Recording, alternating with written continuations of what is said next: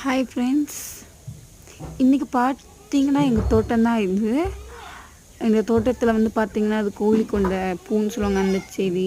இது வந்து பப்பாளி கன்று புதுசாக நாங்கள் வச்சு ஒரு 10 to 15 days ஆகிருக்கும். இது வந்து பார்த்திங்கன்னா செம்பருத்தி பூ கன்று. இது எல்லாமே வச்சது தான் நாங்கள் ஒரு தோட்டத்தில்.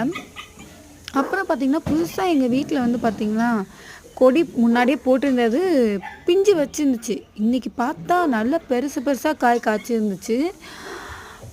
ஒரு 3 பூசணிங்க. அது நல்லா நாங்கள் பார்த்தோம். அது மொத்தம் 2 நல்லா பெருசாக இருந்துச்சு. ஒன்று வந்து பார்த்திங்கன்னா அந்த அளவு பெருசாக இல்லைங்க.